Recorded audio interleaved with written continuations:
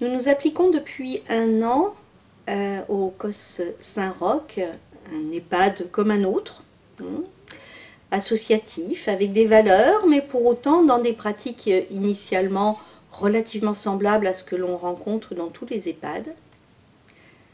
Nous nous appliquons depuis un an à changer nos pratiques et surtout à changer notre regard. Il s'agit vraiment de changer une manière de voir les personnes porteuses de troubles cognitifs. Il s'agit de changer notre relation avec eux. Il s'agit de changer notre représentation de nos différents métiers et de nos implications professionnelles avec les personnes porteuses de troubles cognitifs. Cette expérience du fil de la vie s'inscrit dans la démarche globale de l'établissement d'une transformation de ces pratiques. Voir les gens par leurs capacités. Arrêter d'être abasourdi, rendu incapable par cette maladie si présente aujourd'hui qu'on ne sait pas guérir et où beaucoup d'entre les professionnels se retrouvent coincés dans une sorte de nihilisme thérapeutique. On ne peut rien faire, c'est un petit peu ce qui se dit, si ce n'est être le plus doux possible, si ce n'est accompagner tranquillement la dégénérescence. Ben, c'est pas comme ça que nous nous sommes inscrits dans la dynamique d'accompagnement des résidents porteurs de troubles cognitifs.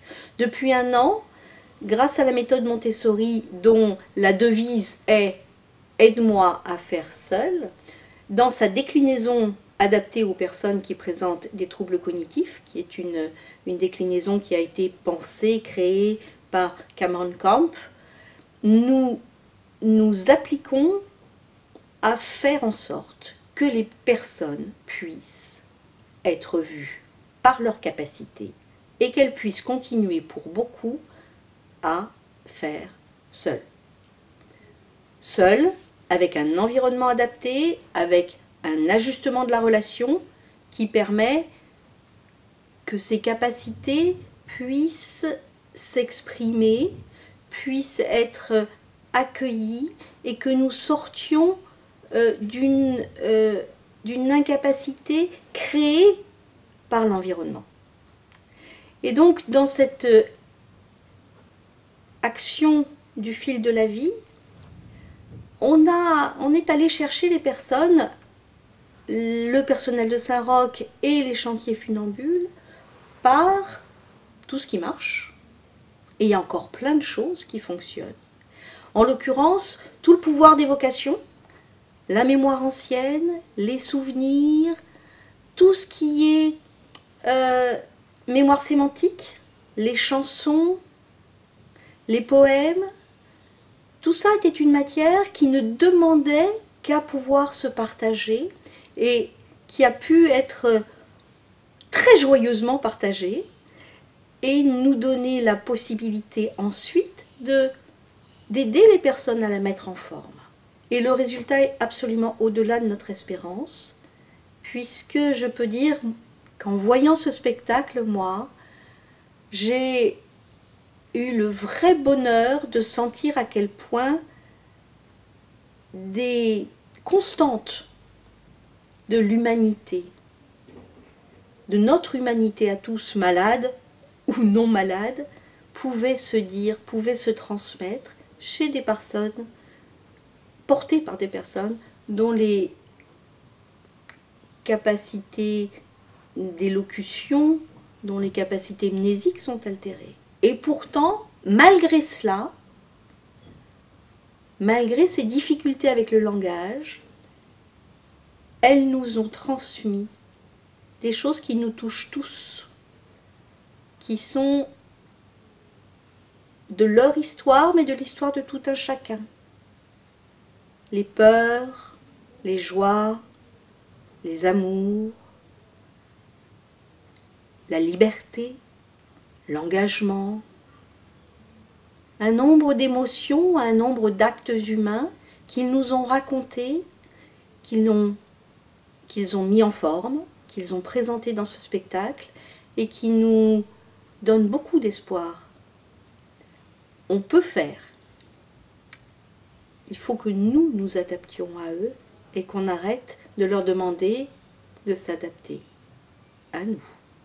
Notre établissement Saint-Roch appartient à une association, le COS, qui est aujourd'hui une vieille dame, puisque cette année, en 2014, elle va fêter ses 70 ans.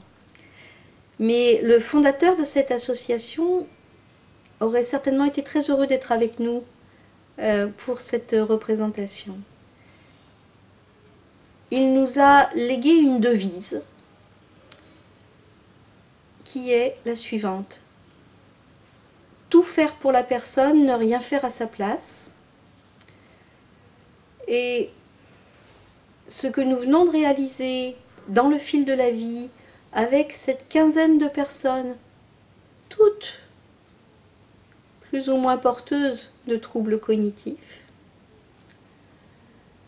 c'est une mise en application extrêmement concrète de cette direction de soins qu'il nous indiquait déjà en 1944.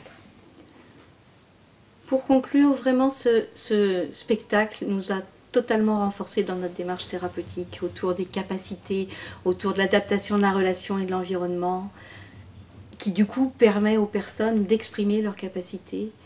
Et ça nous conforte dans le fait de rechercher toujours les situations qui seront porteuses de sens pour les résidents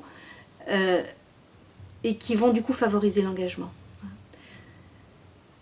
Et le fil de la vie, wow, nous a vraiment manifesté à quel point c'était extrêmement fort et à quel point l'engagement était présent.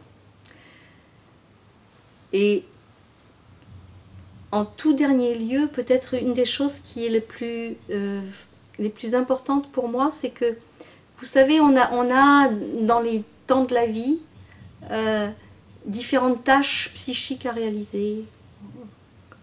Quand on est jeune et qu'on devient adulte, ben, on va vers l'autonomie. Et quand on est très âgé, ben, il est dit que la tâche psychique principale, c'est la transmission.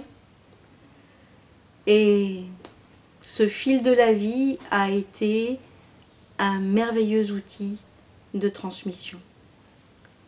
Entre les gens eux-mêmes, qui ont beaucoup partagé entre eux dans l'élaboration du spectacle, et entre les acteurs et nous, spectateurs de ce fil de la vie.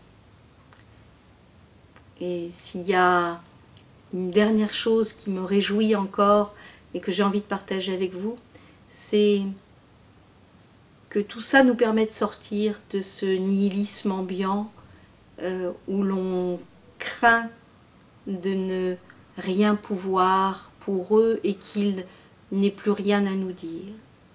Le fil de la vie a montré grandement l'inverse.